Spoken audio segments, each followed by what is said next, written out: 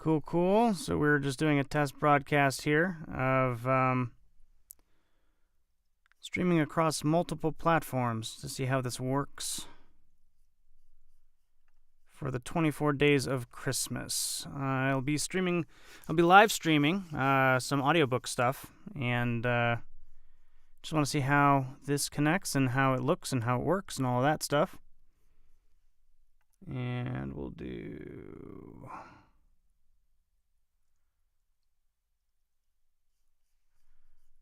Everything looks good here. Let me see.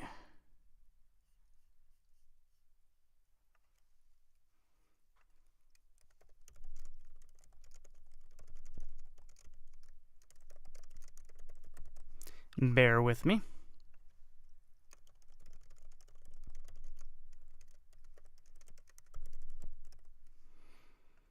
And there's that on the Facebooks. YouTube should be going.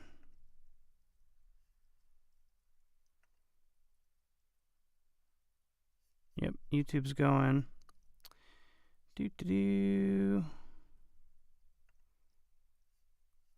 This one should be going too. Yes, it is, and I've got audio there. And what else do I got? Instagram. Go live. Cool. So we're testing a bunch of different things. I've got a couple of vertical streams going. I have a couple of horizontal streams going. And we're going to see how this looks and how it sounds. I've got my door open, so you might hear some car traffic. You might hear my dog barking in the background. But for the 24 days of Christmas, this is essentially what the setup is going to look like. This is how I'm going to be recording. Some nights I'm not going to be available to do an actual live stream, so you'll probably just get a video upload, or it might just be me... Yeah, it might just be me posting a recorded video, or maybe a longer reel if it's on Instagram or something like that. But for the most part, I am going to do my best to be around to actually live stream every night from the 1st of December, which is 2 days from now, this coming Monday, all the way until the 24th of December, which is Christmas Eve. Now, during this live stream test, I want to obviously record a little bit of content for just testing. I'm going to go back through all the different platforms and look and see how they look, how they sound, make sure that the audio is transmitting, make sure that the video looks okay, and make sure that the transitions look good. When I'm live streaming the actual 24 days of Christmas, you won't just be looking at me. I have the books up on my screen here, and I am going to actually be transitioning into a view like this, where you'll be able to kind of follow along with whatever manuscript I'm reading through.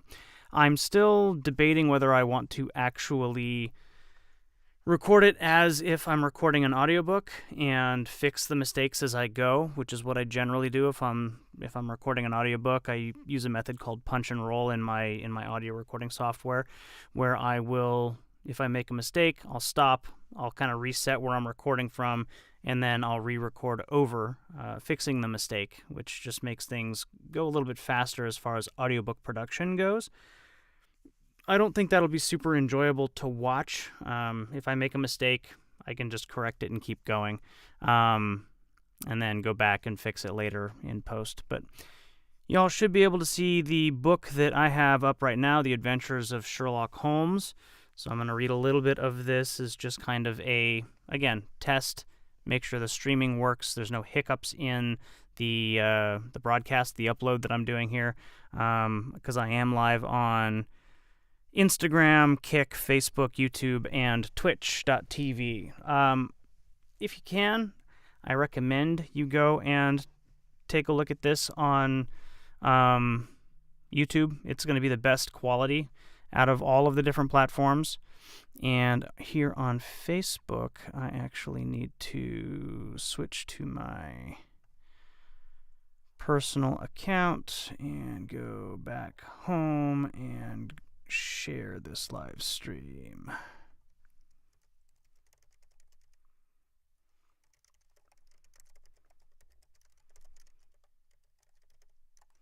because Facebook, I've got it on my voice actor page, not on my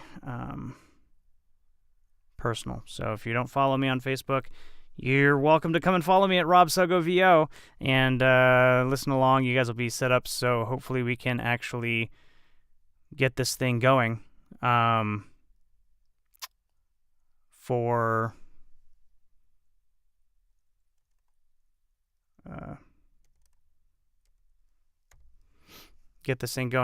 the 24 days of Christmas. Cool. So I think everything is all set up, and we should be live. We should be streaming on all the platforms.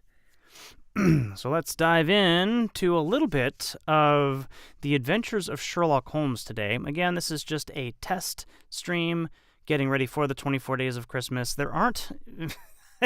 So, of course, I announced an event, and I'm like, yeah, this will be really fun. I'm going to do 24 days of live streaming. I'll record a chapter of a book every night for 24 days. And turns out, I can't find 24 chapters of books that are Christmas books to read. So it'll probably be more like a half hour to 45 minutes each night so that I can kind of stretch out these stories. However, that being said, I'm currently planning on starting with A Christmas Carol, which is Charles Dickens' classic. We'll start that on December 1st. And then read The Gift of the Magi, which is a very short book. It's actually probably that's going to be one session. And that's probably going to be like a week and a half. If there are any other Christmas books, Christmas stories that you know of that are popular with you that are also in the public domain. So that's the other difficult part. I don't want to be narrating a Christmas story that is still copyright, because obviously that would be infringing on copyright. And so if you can think of anything, go ahead and DM me or put it in the chat or whatever, and I will look it up and see if it's a public domain book that I can just freely read, or if it is not. And I might have to do some crafty live streaming to make it work. Anyway, we'll get started here with The Adventures of Sherlock Holmes by Arthur Conan Doyle. We're going to start with A Scandal in Bohemia.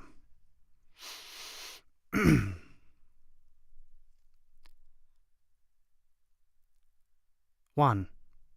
A Scandal in Bohemia. To Sherlock Holmes, she is always the woman. I have seldom heard him mention her under any other name. In his eyes, she eclipses and predominates the whole of her sex. It was not that he felt any emotion akin to love for Irene Adler. All emotions, and that one particularly, were abhorrent to his cold, precise, but admirably balanced mind.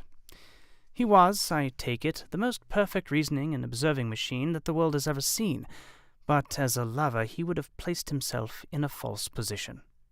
He never spoke of the softer passions, save with a gibe and a sneer.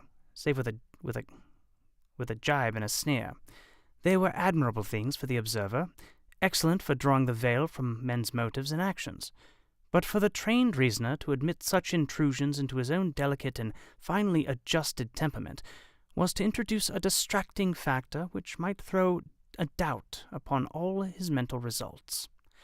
Grit in a sensitive instrument, or a crack in one of his own high-power lenses, would not be more disturbing than a strong emotion in a nature such as his. And yet there was but one woman to him, and that woman was the late Irene Adler, of dubious and questionable memory. I had seen little of Holmes lately. My marriage had drifted us away from each other. My own complete happiness, and the home-centered interests which rise up around the man who first finds himself master of his own establishment, were sufficient to absorb all my attention, while Holmes, who loathed every form of society with his whole Bohemian soul, remained in our lodgings in Baker Street, buried among his old books, and alternating from week to week between cocaine and ambition, the drowsiness of the drug, and the fierce energy of his own keen nature. He was still, as ever, deeply attracted by the study of crime, and occupied his immense faculties and extraordinary powers of observation in following out those clues and clearing up those mysteries which had been abandoned as hopeless by the official police. From time to time I heard some vague account of his doings, of his summons to Odessa in the case of the Trepov murder, of his clearing up of the singular tragedy of the Atkinson brothers at Trincomalee, and finally of the mission which he had accomplished so delicately and successfully for the reigning family of Holland. Beyond these signs of his activity, however, which I merely shared with all the readers of the daily press, I knew little of my former friend and companion. One night, it was on the 20th of March, 1888, I was returning from a journey to a patient, for I had now returned to civil practice, when my way led me through Baker Street. As I passed the well-remembered door, which must always be associated in my mind with my wooing and with the dark incidents of the Study in Scarlet, I was seized with a keen desire to see Holmes again, and to know how he was employing his extraordinary powers.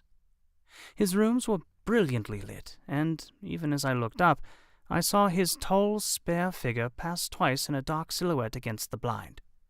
He was pacing the room swiftly, eagerly, with his head sunk upon his chest and his hands clasped behind him. To me, who knew his every mood and habit, his attitude and manner told their own story. He was at work again. He had risen out of his drug-created dreams and was hot upon the scent of some new problem. I rang the bell and was shown up to the chamber which had formerly been, in part, my own. His manner was not effusive. It seldom was, but he was glad, I think, to see me. With hardly a word spoken, but with a kindly eye, he waved me to an armchair, threw across his case of cigars, and indicated a spirit case and a gasogene in the corner. Then he stood before the fire and looked me over in his singular, introspective fashion. "Wedlock suits you," he remarked. "I think, Watson, that you have put on 7.5 pounds since I saw you." 7, I answered. "Indeed, I should have thought a little more. Just a trifle more. I fancy, Watson, and in practice again I observe. You did not tell me that you intend to go into harness." "Then how do you know?" "I see it. I deduce it. How do I know that you have been getting yourself very wet lately, and that you have a most clumsy and careless servant girl?" "My dear Holmes," said I, "this is too much. You would certainly have been burned had you lived a few centuries ago. It is true that I had a country walk on Thursday and came home in a dreadful mess, but as I have changed my clothes, I can't imagine how you deduce it. As to Mary Jane, she is incorrigible, and my wife has given her notice, but there again I fail to see how you work it out." He chuckled to himself and rubbed his long, nervous hands together. "It is simply itself," said he. "My eyes tell me that on the inside of your left shoe, just where the firelight strikes it, the leather is scored by 6 almost parallel cuts. Obviously, they have been caused by someone who has very carelessly scraped round the edges of the sole in order to remove crusted mud from it. Hence, you see my double deduction that you had been out in vile weather, and that you had a particularly malignant boot-slitting specimen of the London slavey. As to your practice, if a gentleman walks into my rooms smelling of idioform, with a black mark of nitrate of silver upon his right forefinger, and a bulge on the right side of his top hat, to show where he has secreted his stethoscope, I must be dull indeed if I do not pronounce him to be an active member of the medical profession." I could not help laughing at the ease with which he explained his process of deduction. When I hear you give your reasons," I remarked, "the thing always appears to me to be so ridiculously simple that I could easily do it myself, though at each successive instance of your reasoning I am baffled until you explain your process. And yet I believe that my eyes are as good as yours." "Quite so," he answered, lighting a cigarette and throwing himself down into an armchair. "You see, but you do not observe. The distinction is clear. For example, you have frequently seen the steps which lead up from the hall to this room." "Frequently." "How often?" "Well, some hundreds of times." "Then how many are there?" "How many? I don't know. Quite so. You have not observed, and yet you have seen. That is just my point. Now, I know that there are 17 steps, because I have both seen and observed.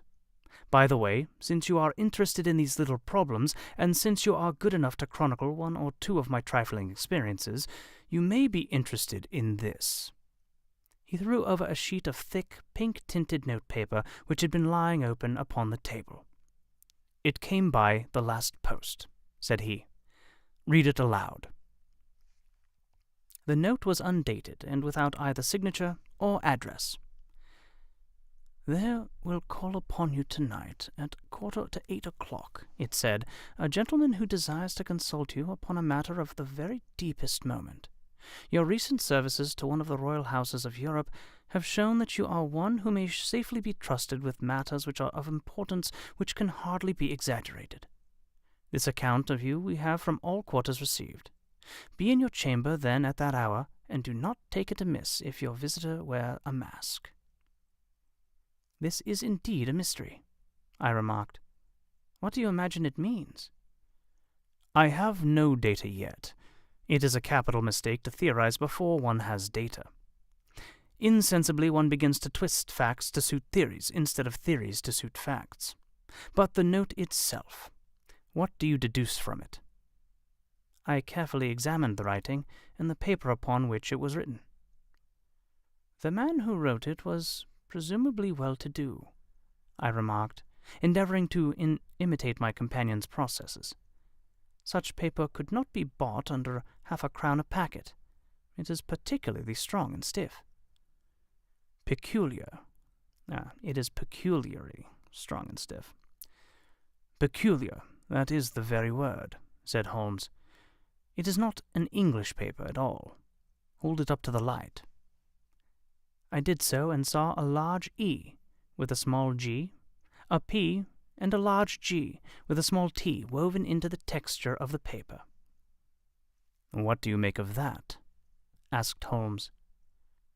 The name of the maker, no doubt, or his monogram, rather. Not at all. The G with the small t stands for Gesellschaft, which I mispronounced, which is German for company. It is a customary contraction like our co. P, of course, stands for papier. Now for the EG.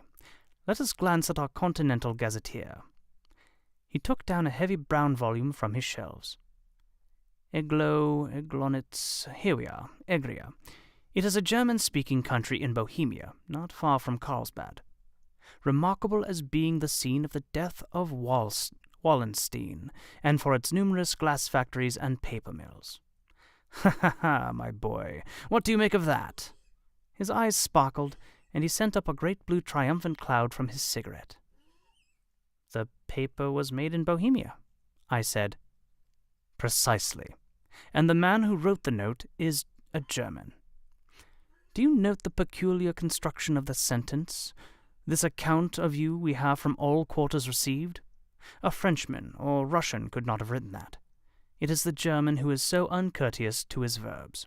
It only remains, therefore, to discover what is wanted by this German who writes upon Bohemian paper and prefers wearing a mask to showing his face. And here he comes, if I am not mistaken, to resolve all our doubts. All right, I think that's enough from this for a sample as a test for the stream. So if you are interested in joining me for the 24 days of Christmas, we will be live streaming that starting on Monday, December 1st, 7 o'clock in the evening. Unfortunately, the first live stream, I will not be able to live stream live. I will have that pre-recorded because we have a final game of a Dungeons & Dragons campaign that we are wrapping up on Monday night. So I will be there, but we will be live streaming, or we will be at least uploading a video of the first little bit of A Christmas Carol. And then from there, every night, you should see me right around 7 o'clock doing a live stream. I'm going to see if I can figure out how to get the chat or comments to work on these so that I can interact with you as I'm reading before and after, and maybe a little bit during, but I'll probably be more focused on actually reading than looking at the chat. But anyway, hope it was fun. If you guys stuck around and watched, hopefully everything worked well, and look forward to seeing you all on Monday when we get started with the 24 Days of Christmas. Have a great afternoon and a great rest of your weekend.